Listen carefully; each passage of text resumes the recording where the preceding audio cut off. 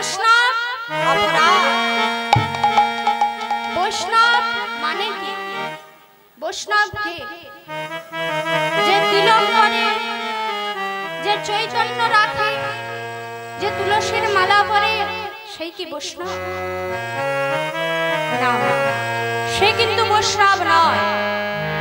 বৈষ্ণব হতে হলে বিষ্ণুকে জানতে হবে, বিষ্ণুকে চিনতে হবে, তবে সে হবে আসল বৈষ্ণব।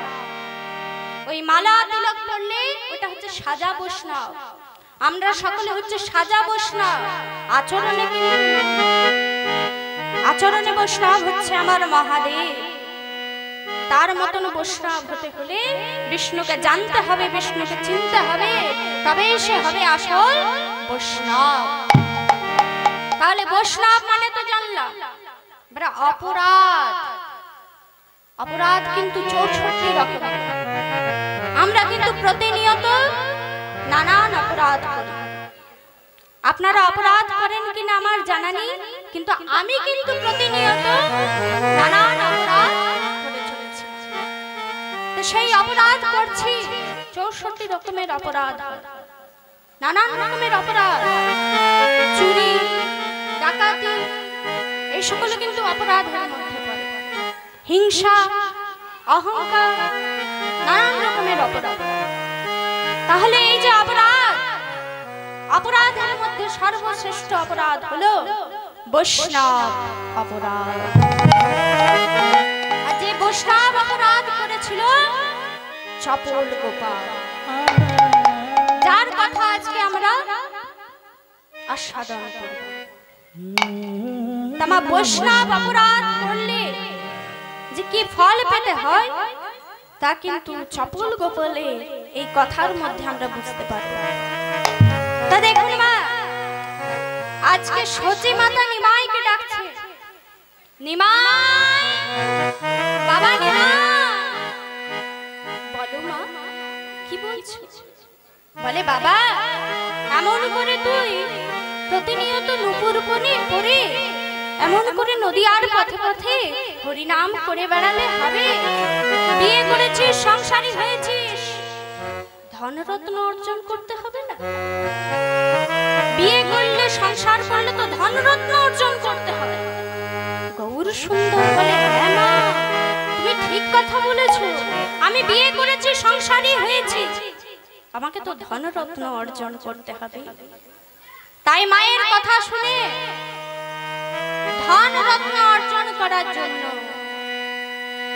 আজ আমার গৌর সুন্দর চলে গেছে পূর্ববঙ্গে 9 মাসের জন্য। আর ঘরে আছে তার বিবাহিতা স্ত্রী লক্ষ্মী প্রিয়া।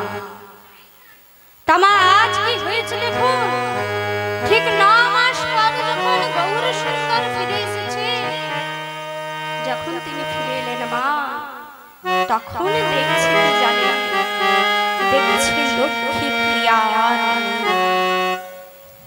লক্ষ্মী প্রিয়া নাকি দেহ রেখেছে। আজ সকলে বলছে তাকে নাকি সর্প দংশন করেছে।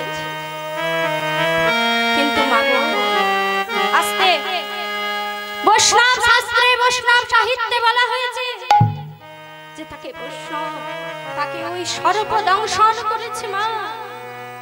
কিন্তু মা গো, আমরা জানি, আপনারা জানেন যে তাকে সর্প দংশন করা হয়েছিল। কিন্তু আজ সেই শাস্ত্রে ঘরের মধ্যে, উঠানের মধ্যে দাঁড় করিয়ে ডাকছেন, মা, ও মা, কি হয়েছে বাবা? বিয়ে করে এসেছি? হ্যাঁ মা, বিয়ে করে এসেছি। বলে আয় তাহলে তোদেরকে বরণ করে নিয়ে। বলে মা গো, এই নাও তোমার দাসী, তাহলে এবার আমি আসি।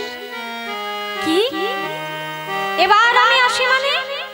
এই তো বিয়ে করে আনবি, এক্ষুনি কোথায় যাবি? কি বলছিস তুই? বলে মা, আমি তো তোমাকে বিবাহের আগেই বলেছিলাম,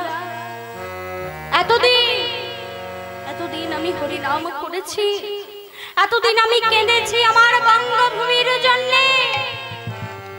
আমার নদিয়াবাসীর জন্য। কিন্তু মা গো, এই দ্বিতীয়বার বিয়ের পর আমি যে শ্রীবাস সঙ্গনে দরজায় খেলে 1 বছরের জন্য নিশি কীর্তন করি, আমি যে জগৎবাসীর জন্য কাঁদবো মা, আমি যে জগৎবাসীর জন্য কাঁদবো। নিতাই হরি বল, হরি বল, হরি বল। আজ গৌর সুন্দর নতুন বিবাহিত স্ত্রী বিষ্ণুপ্রিয়াকে ফুলসজ্জার গৃহের মধ্যে রেখে তার হাত ধরে বলছে, প্রিয়া, প্রিয়া,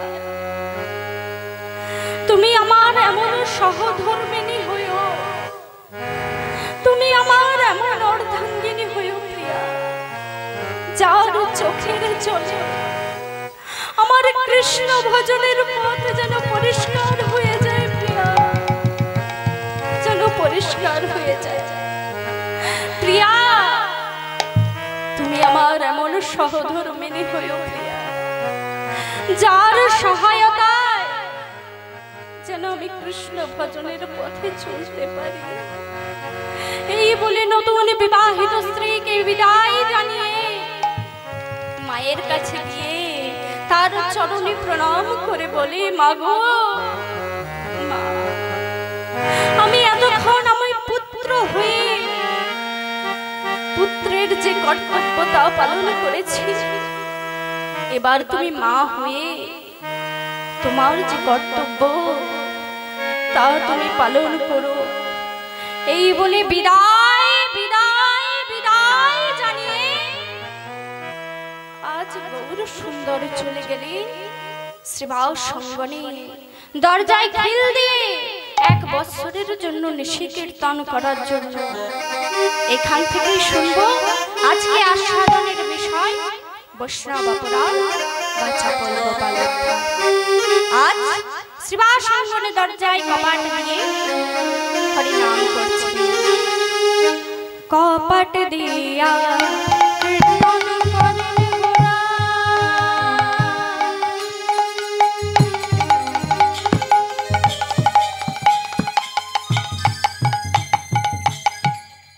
পরম আবেশে কপাট দিয়া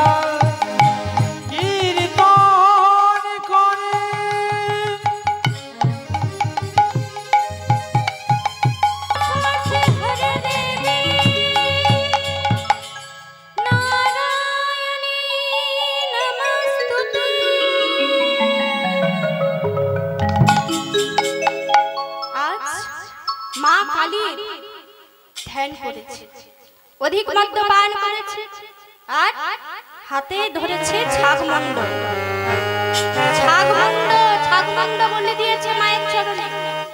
আজ তাই টলতে টলতে চাপল গোপাল মায়ের নাম নিতে নিতে আসছে গো। শ্যামা মা,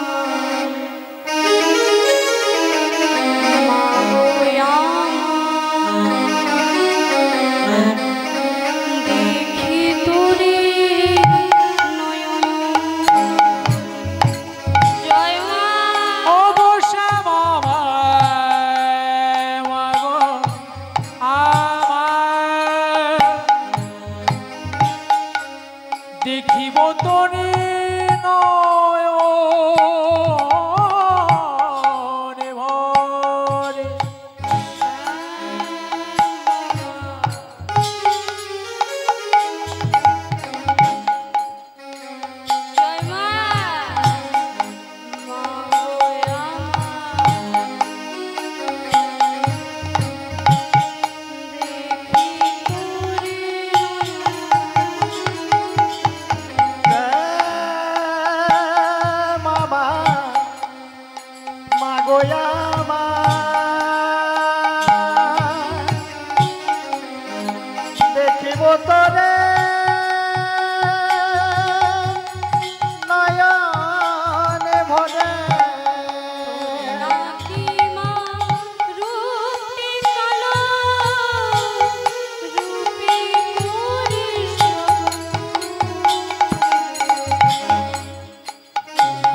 বরফ কি কালো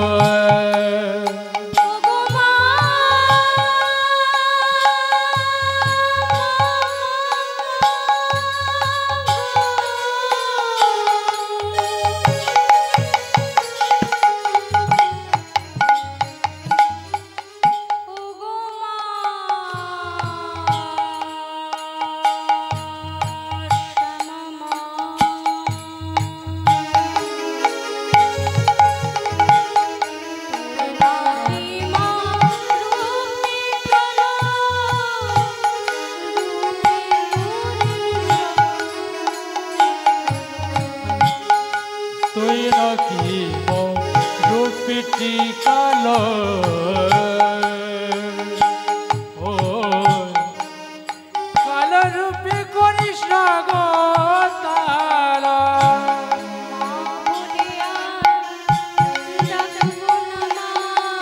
মা বলে আর ডাকিব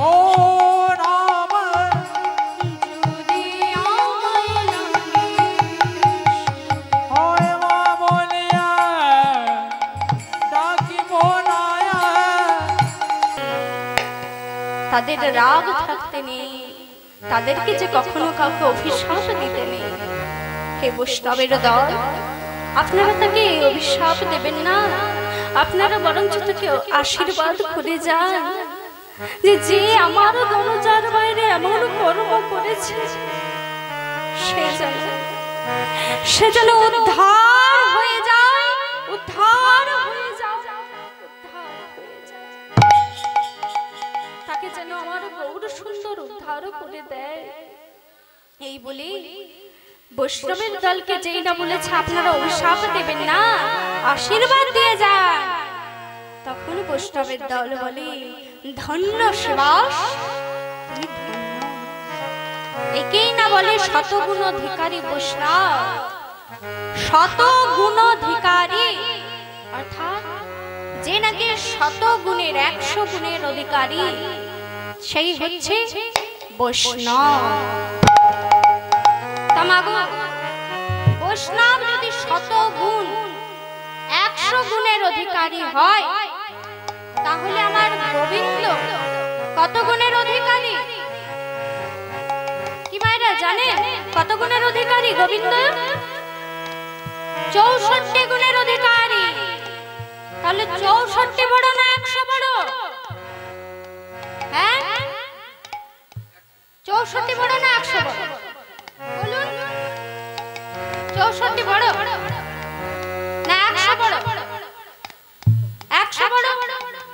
তাহলে বৈষ্ণব কি বড়? ভগবানের থেকে কি বৈষ্ণব বড়? ভক্তের থেকে কি বৈষ্ণব বড়?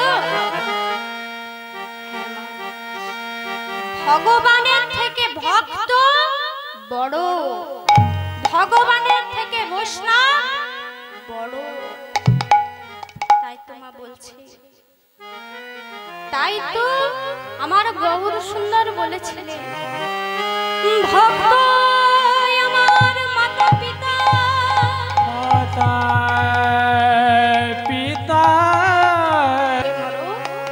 এদিকে চপল গোপাল তো কাঁদছে, মা এত যন্ত্রণা এত কষ্ট পেয়ে কাঁদছে, আর এইদিকে নিস্তারিণী চিন্তা করছে, মনে মনে চিন্তা করছে, আমিও যদি আমার স্বামীর সাথে একই গৃহে থাকি তাহলে তো আমারও কষ্ট হয়ে যাবে।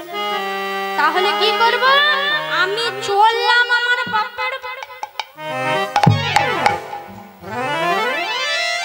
পুটুলি বেঁধে বলে আমি চললাম, তুমি থাকো, তোমার কাছে থাকবো না, থাকলে তো আমারও কষ্ট হয়ে যাবে। তখন চপল গোপাল কেঁদে উঠেছে, ওগো নিস্তারিণী, তুমি আমার সহধর্মিণী, তুমি আমার অর্ধাঙ্গিনী নিস্তারিণী। আজ সবাই আমাকে ছেড়ে চলে যেতে পারে, কিন্তু এই বিপদের সময়, এমন সময় তুমি আমায় ছেড়ে যেও না। তোমায় ছাড়া আর আমার কে আছে বলো নিস্তারিণী, ওগো নিস্তারিণী, আমার যে এত যন্ত্রণা এত জ্বালা, তুমি আমার কাছে থাকো নিস্তারিণী। আমার যখন জল পিপাসা পাবে আমায় তুমি জল দেবে, আমার যখন খিদে পাবে তুমি আমায় খেতে দেবে। ওগো নিস্তারিণী, আজ এমন ভাবে আমাকে একা ফেলে তুমি চলে যাও না। তুমি যে আমার অগ্নির সাক্ষী করা অর্ধাঙ্গিনী, তুমি যে আমার স্ত্রী, তুমি যে বিপদে আপদে সুখে দুঃখে সর্বদা আমার সাথে থাকবো বলেছ নিস্তারিণী, আজ তুমি এমন করে আমাকে ছেড়ে চলে যেও না। এই বলি আজ চপল গোপাল কাঁদছে। নিস্তারিণী বলছে ঠিক আছে ঠিক আছে, আর এত কাঁদতে হবে না। শোনো, থাকবো, কিন্তু তোমাকে থাকতে হবে ওই গোয়াল ঘরে। কি নিস্তারিণী, তুমি কি বলছো নিস্তারিণী? আমাকে আমাকে থাকতে হবে ওই গোয়াল ঘরে? কেন নিস্তারিণী? আমি যে যজমানি করি এত বড় ঘর বানালাম, আজ আমার জন্য একটা ঘর নেই, আমার থাকার জন্য জায়গা নেই। বলে না নেই, শুধু তাই না, খেতে দেব কলার পাতা ঠলা করে, জল দেব মালায়ের খোলায়, খেতে পারলে খেও, আর না খেতে পারলে না খেয়ে মরো। তখন চপল গোপাল বলছে ওগো নিস্তারিণী, আমি এত কর্ম করে এত যজমানি করে এত থালা বাসন করলাম, আজ আমার খাওয়ার জন্য একটা থালা বাসন নেই। বলে না না, তোমাকে দিলেই তো সেটা ফেলে দিতে হবে, আমার কাছে এত থালা বাসন নেই। বলে নিস্তারিণী গো, তোমার কথাগুলি শুনে আমার কি বলতে ইচ্ছা করছে জানো? দারুণ সংসারে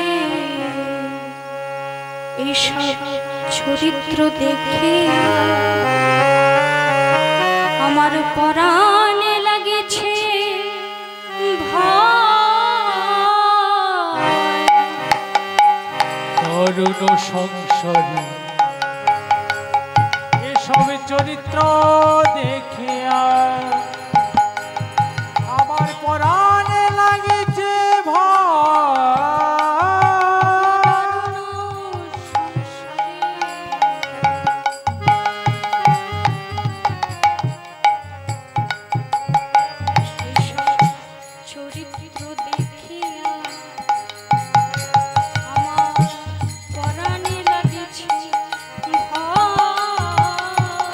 দারুণ সংসারে এসব চরিত্র দেখিয়া ওই আমার পরাণে লাগিছে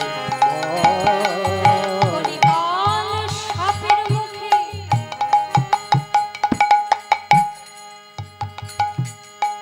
শুতিয়া রয়েছি, কলিকাল সাপের মুখে হইল শুতিয়া রয়েছি। আমার না জানি কখন কি, না জানি কখন কি, কলিকাল সাপের মুখে শুতিয়া রয়েছি, না জানি কখন কি হায় আমার, না জানি কখন কি আমি মনের ভরমে পরিরে। সবাই কিন্তু দরজা বন্ধ করে দিয়েছে। বলে কিনা যে বৈষ্ণব অপরাধ করবে তাকে আমরা সাহায্য করব, কোনোদিনও সাহায্য করব না। তাই এবার নিস্তারিণী দেখে এরা তো শুনলো না, তাহলে কোথায় যাব? হাড়িপাড়ায়। এই পাড়াটা পেরিয়ে হাড়িপাড়া, হাড়িপাড়াতে যেই না প্রবেশ করেছে দেখে কি রামুয়া হরিয়া। বলে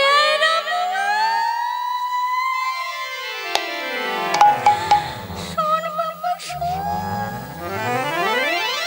এ কি মাইজি তুমি কাঁদছো কেন?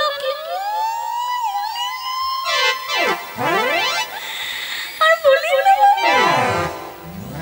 কি হয়েছে গো? কাঁদো না কাঁদো না, আগে খুলে বলো। তোদের দাদাটা মরে গেছে।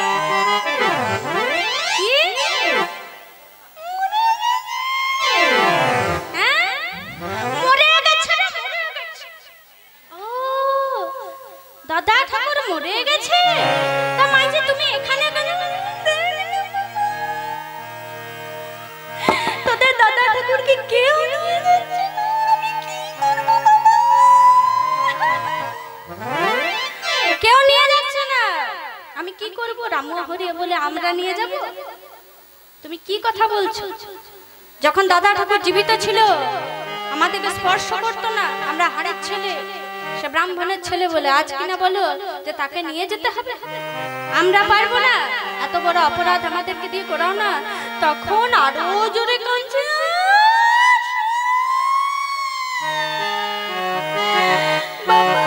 তোরা না নিয়ে গেলে কে নিয়ে যাবে? নিয়ে যাব, নিয়ে যেতে হবে। যেই না নিস্তারিণী বলে বাবা শোন, এই দেখ আমার সোনার হার, সোনার হারটা বাবা তোদেরকে আমি দিয়ে দেব। আর তো সোনার হারের কাজ নেই। যেই না বলেছে সোনার হার তোদেরকে দিয়ে দেব, সেই রামু হরিয়া বলে চলো তাহলে যাওয়া যাক। সোনার হার পেয়ে কি আজ থেমে থাকে? তাই আজ রামু হরিয়া বলছে চলো মাইজি দেখি কেমন তাকে নিয়ে যেতে হয়। তাই তার বাড়িতে গিয়েছে, বলে বলো মাইজি কোথায় আছে দাদা ঠাকুর? বলে ওই দেখ বাবা গোয়াল ঘরে। গোয়াল ঘরে? হ্যাঁ গো মা, হ্যাঁ গো, মানুষ আবার গোয়াল ঘরে থাকে? গোয়াল ঘরে কারা থাকে? বলে কিনা সুমত থাকে। কে থাকে গোয়াল ঘরে? গরু। গরু। তাহলে গরুর জায়গায় তুমি তোমার স্বামীকে রেখেছো? বলে শোন বাবা, যা তার ব্যাধি হয়েছিল তাকে বাড়িতে রাখতে পারলাম না, তাই রেখেছি গোয়াল ঘরে। বলে বেশ বেশ, তাহলে আমরা তাকে নিয়ে আসি। যেই না গোয়াল ঘরে ঢুকেছে, গন্ধ প্রবেশ করে দিয়েছে। তাই আজ রামু হরিয়া চিৎকার করে বলছে মাইজি মরা বলে ডেকে এনে গন্ধ দিল না, মরা বলে ডেকে এনে তার কাছে গিয়েছে, তাকে মাথা থেকে পা পর্যন্ত ভালো করে দেখছে। দেখা হয়ে গেছে, এরপর ফিরে চলে যাচ্ছে। বলে ওগো প্রভু, তুমি এলে, আমায় দেখলে আমায় কৃপা করবে না, আমায় ক্ষমা করবে না, আমায় দয়া করবে না? হে প্রভু, এই যন্ত্রণা আর আমি সহ্য করতে পারছি না, তুমি আমায় কৃপা করো। যেই না বলেছে কৃপা করো, গৌর সুন্দর তাকে সরিয়ে দিয়ে বলছে কি জানি, পাপের পরিত্রাণ তোর নাহি কোন কালে, নাহি কোন কালে, অনন্ত নরক ভোগ আছে তোর ভালে। হরি চপল গোপাল এই পাপি ধরে নাই পরিশ্রম আমার। হে প্রভু, প্রভু আমাকে দয়া করো, কৃপা করো প্রভু। তুমি আমাকে কেনই বা কৃপা করবে? আমি যে কোনোদিনও সতের সঙ্গ করিনি। তাই তার চপল গোপাল বলছে, আমি করতাম যদি সতের সঙ্গ, বাস্তব আমি করিতাম যদি সতীর সঙ্গ, রাখিত হরি ভালো।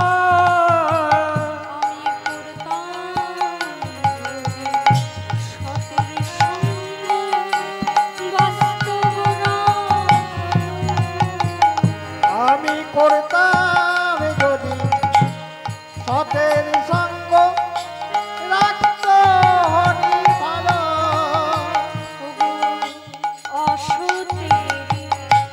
সঙ্গ করে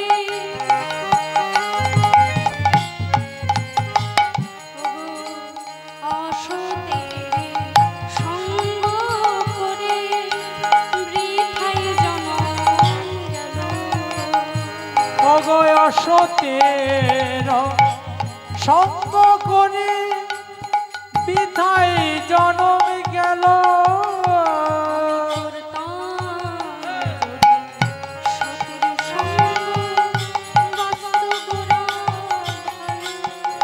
আমি করিতাম যদি সতের সঙ্গ, রাখিত হরি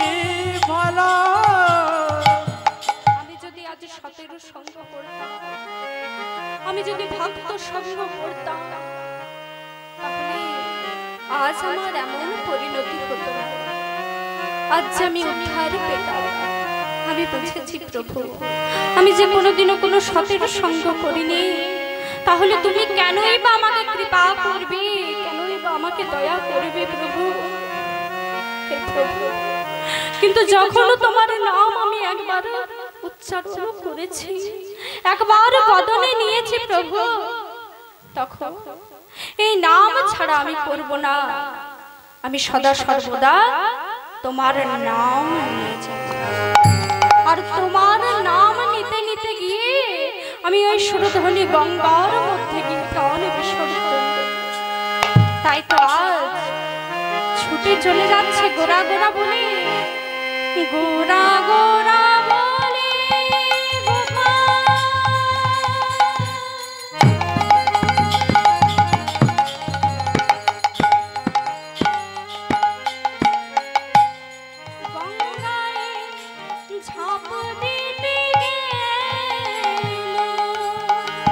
গোরা বলে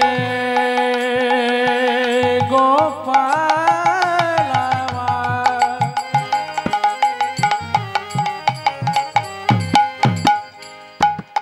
গঙ্গায় ঝাঁপি দিতে গেল।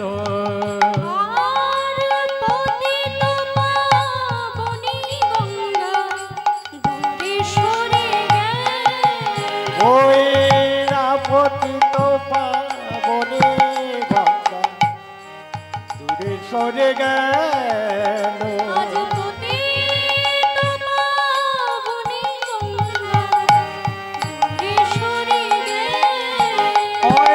পতিত পাবনি গঙ্গা দূরে সরে গেল।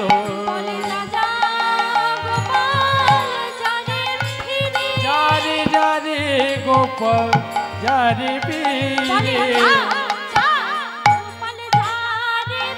ওরে যা যা গোপাল যা রে ফিরে। বৈষ্ণব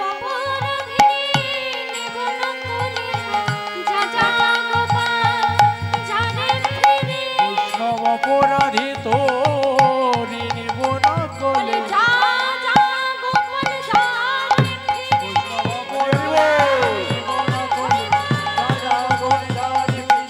অপরাধী তোরি নিব না কলে, যারে গোপাল যারে প্রিয়ে। আচ্ছা, পতিত পাবনি গঙ্গা, কিছুদিন আর বেশ কিছুদিন পরেই তো তার পূজা। অপরাধ করেছো, তুমি চলে যাও। কোথায় যাব? বলে তুমি চলে যাও কাশী বিশ্বেশ্বরের কাছে, মহাদেব তোমাকে রক্ষা করবে। তাই গিয়েছে মহাদেবের কাছে। একটা নৌকার মধ্যে ভাসতে ভাসতে চলে গেছে। নৌকা ভাসতে ভাসতে গিয়ে দাঁড়িয়েছে কাশী বিশ্বেশ্বরে। কাশী বিশ্বেশ্বর হাতে ত্রিশূল নিয়ে দাঁড়িয়ে আছে। একদম পদার্পণ করবি না, যদি তুই পদার্পণ করিস তাহলে এখানেই তোকে বধ করে দেব। বৈষ্ণব অপরাধীর কোনো স্থান নেই, এই বলে তিনি তাকে ফিরিয়ে দিলেন। বললেন কোথায় যাব? আপনিও যদি আমাকে এমন ভাবে ফিরিয়ে দেন, কোথায় যাব? বলে ফিরে যা নদিয়ায়, নদিয়ায় গোরা চাঁদ তোকে উদ্ধার করবে। তাই আবার গৌর সুন্দরের কাছে নৌকায় ভাসতে ভাসতে নদিয়ায় এসেছে। নদিয়ায় যেই না নৌকা দাঁড়িয়েছে, দেখে কি দেখছে সকলে আজ কাঁদছে, কেউ কারোর সাথে কথা বলছে না, পাখিরা কলরব করছে না, ফুল আজ ফুটছে না। একই হয়েছে গো, কেউ কি মারা গেছে? তখন নদিয়া নাগরী বলছে না গো, কেউ মরেনি। তাহলে কি হয়েছে? তখন সকলে মিলে বলছে সোনার নিমাই, সোনার নদিয়ায় আর নেই, সে চলে গেছে, সে চলে গেছে। কি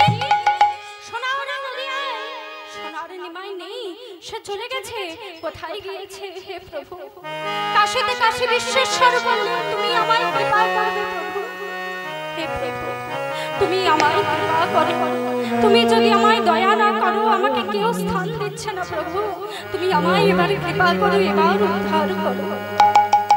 এই বলে যখন কাঁদছে মা, তখন বৈষ্ণবের দল তা শুনতে পেলে বলল, ওরে গোপাল, তুই এখন চলে যা কুলের পাঠে। কেন বলুন তো? গৌর সুন্দর সন্ন্যাস নিয়েছে, সন্ন্যাস নিয়ে শান্তিপুরে, তারপর নীলাচলে। নীলাচল মানে কোথায় বলুন তো? ওই যে রথযাত্রা পুরী, পুরীতে নীলাচল মানে পুরী। বলে নীলাচলে, তারপর কুলের পাঠে। তুই চলে যা কুলের পাঠে, সেখানে গিয়ে গৌর সুন্দরের দেখা পাবি। আবার চপল গোপালের যে দেহ, সেটিকে চাপিয়ে দিল একটা নৌকার মধ্যে। ভাসতে ভাসতে গিয়ে দাঁড়ালো কোথায়? ওই যে কুলের পাঠে। দেখে কিনা ওইখানে গৌর সুন্দর দাঁড়িয়ে আছে, চলতে পারছে না আজ সে। তাই ঘষরে ঘষরে গিয়ে তার চরণ যুগল আঁকড়ে ধরেছে আর বলছে, দয়া করো, দয়া করো, দয়া করো, ও গো দয়াময়, দয়া করো,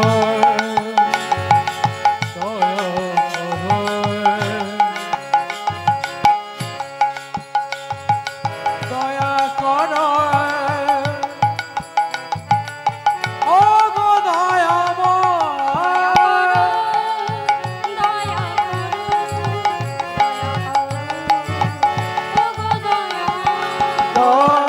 করো, দয়া করো,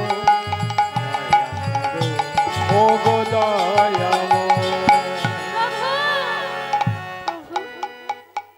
আমায় দয়া করো, আর আমি এই কষ্ট সহ্য করতে পারছি না প্রভু, আমায় তুমি দয়া করো। গৌর সুন্দর বলে, কি তুই আবার চলে এসেছিস? তোকে না বলেছিলাম যে তোকে আমি উদ্ধার করবো না, দয়া করবো না, কৃপা করবো না, ফিরে যা, তোকে আমি দয়া করবো না। বলে, হে প্রভু, তুমি যদি আমায় দয়া না করো, তুমি যদি এই পতিতে দয়া না করো প্রভু, আমি কোথায় যাব? আমি যে পতিত পাবনে গঙ্গায় ঝাঁপ দিতে গিয়েছিলাম, তিনি মুখ ফিরিয়ে নিলেন। আমি যে গিয়েছিলাম কাশী বিশ্বেশ্বরে, তিনিও মুখ ফিরিয়ে নিলেন। প্রভু, তুমি তো দয়াময়, তুমি তো জগতের দয়াময়। তুমি যে দয়া করো, তুমি যে এই পতিতকে দয়া করো প্রভু, তাহলে প্রভু তুমি আমাকেও কৃপা করো, আমাকেও দয়া করো। আর এই যন্ত্রণা, আর এই কষ্ট আমি সহ্য করতে পারছি না। তখন শ্রীবাস পাশে দাঁড়িয়েছিল, বলে, প্রভু দেখো না, দেখো না, ওর কত কষ্ট, ওর কত যন্ত্রণা, দাও না প্রভু ওকে দয়া করে, ওকে কৃপা করে। তখন গৌর সুন্দর বলে, শ্রীবাস, আজ যে তুমি বলছো ওকে কৃপা করতে, তুমি জানো ওকে? বলে, প্রভু আমি তো চিনি না। শোনো, মনে পড়ে সেদিন যেদিন তোমায় আমি বলেছিলাম ঋষি প্রভাত হওয়ার আগে, আর আমার হরি নামে মন বসছে না, আমি আমার বাড়ি ফিরে যাব। বলে, হ্যাঁ প্রভু মনে পড়ে। তাহলে সেদিন যে তুমি বেরিয়েছিলে, দরজার বাইরে কি রেখেছিলে? চুপ করে আছি। বলে, দেখেছিলে ছাগমুন্ড মদের হাড়া। আর জানো সেই ছাগমুন্ড মদের হাড়া কে রেখেছে? কে রেখেছে প্রভু? ওই চপল গোপাল, যাকে তুমি আজ দয়া করতে বলছো, সেই চপল গোপাল তোমার দরজার বাইরে ছাগমুন্ড মদের হাড়া রেখে গেছিল। তাহলে শ্রীবাস, যদি তুমি তাকে ক্ষমা করো, আমি তাকে কৃপা করব। বলে, প্রভু আমি ক্ষমা করলে তুমি কৃপা করবে? বলে, হ্যাঁ করব। বলে, তাহলে আর দেরি কিসে? আর দেরি করিস না চপল গোপাল। তাই তো আজ শ্রীবাস বলছে, আজ আয় রে গোপাল, আয় রে কোলে, আয় রে গোপাল, আয় রে কোলে, আয় রে গোপাল, ওরে আয় রে গোপাল আয় রে কোলে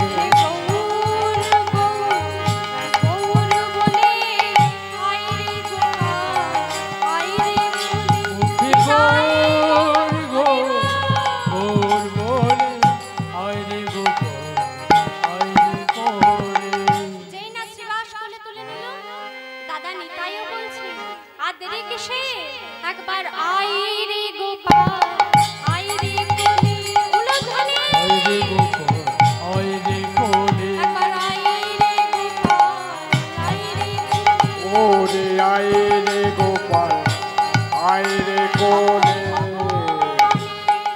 পরশে আয় রে গোপাল আয় রে কোলে ও পারি পরশকে আয় রে গোপাল আয় রে কোলে যেই না শিবাস কোলে তুলে নিল দাদা নিতাই কোলে তুলে নিল সেই গৌর সুন্দর বলে আর দেরি কিসে একবার আয় রে গোপাল আয় রে কোলে মায়ের উলধ্বনি দেবে আয় রে কোলে একবার আয় রে গোপাল আয় রে কোলে আয় রে গোপাল আয় রে কোলে শিবাস শিবাস শিবাস বলে আয় রে গোপাল আয় রে কোলে শ্রীবাস শ্রীবাস শ্রীবাস বলে আয় রে গোপাল আয় রে কোলে তাই আজ কোলে তুলে নিল বলল যাও তুমি গিয়ে আজ গঙ্গায় স্নান করে এসো তোমাকে আজ আমি দীক্ষা দেব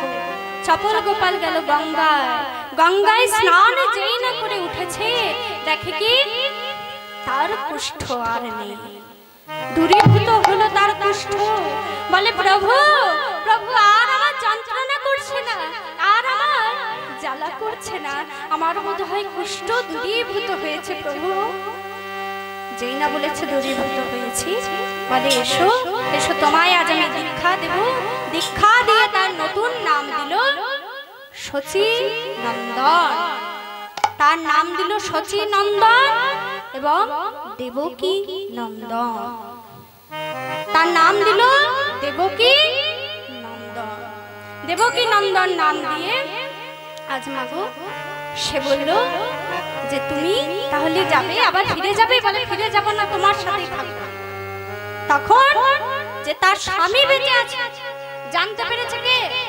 নিস্তারিণী তার ওই যে স্ত্রী যে এত কাঁদলো স্বামী মরেছে বলে স্ত্রী জানতে পেরেছে স্বামী বেঁচে আছে তামা ব্রাহ্মণের বিধবা যদি জানতে পারে স্বামী এখনো বেঁচে তার মনে কত আনন্দ হবে আনন্দ হবে না তাই সে ছুটে চলে গিয়েছে কুলের পাঠে কুলের পাঠে গিয়ে যেই না চপল গোপালকে দেখতে পেয়েছে বলে ওগো ওগো আমি এসে গেছি যেই না বলেছে এসে গেছি চপল গোপাল বলছে কে মা তুমি তোমাকে তো চিনতে পারছি না বলে কে মা স্ত্রীকে বলছে কে মা তুমি বলে ও তুমি আমাকে চিনতে পারছো না আমি তোমার স্ত্রী নিস্তারিণী বলে দূর হয়ে যা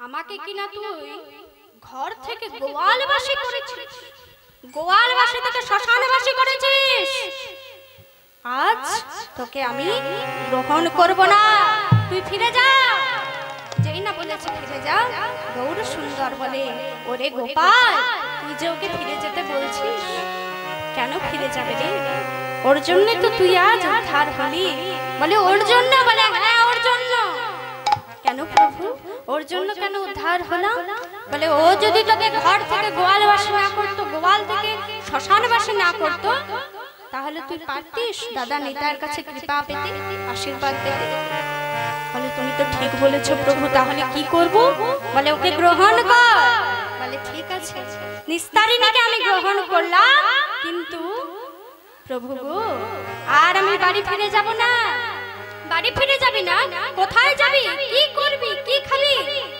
তখন আর চপল গোপাল বলছে আমরা দারে দারে বেড়াইব আমরা দরে দরে বেড়াইব ওই আমরা দারে দারে বেড়াইব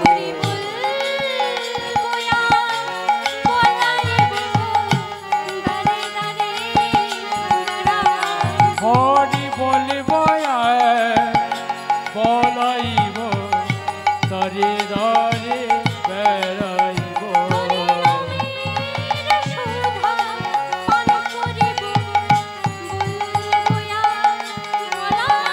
হরিনামের সুধা পান করিব হরি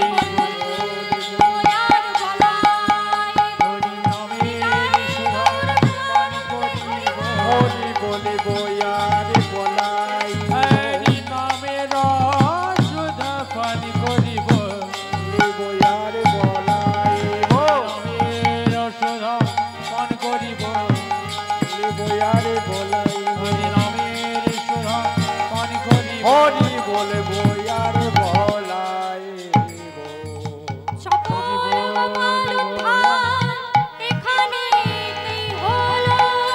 খানিতে হলো তাই ভক্তগণ প্রেমানন্দে বিমল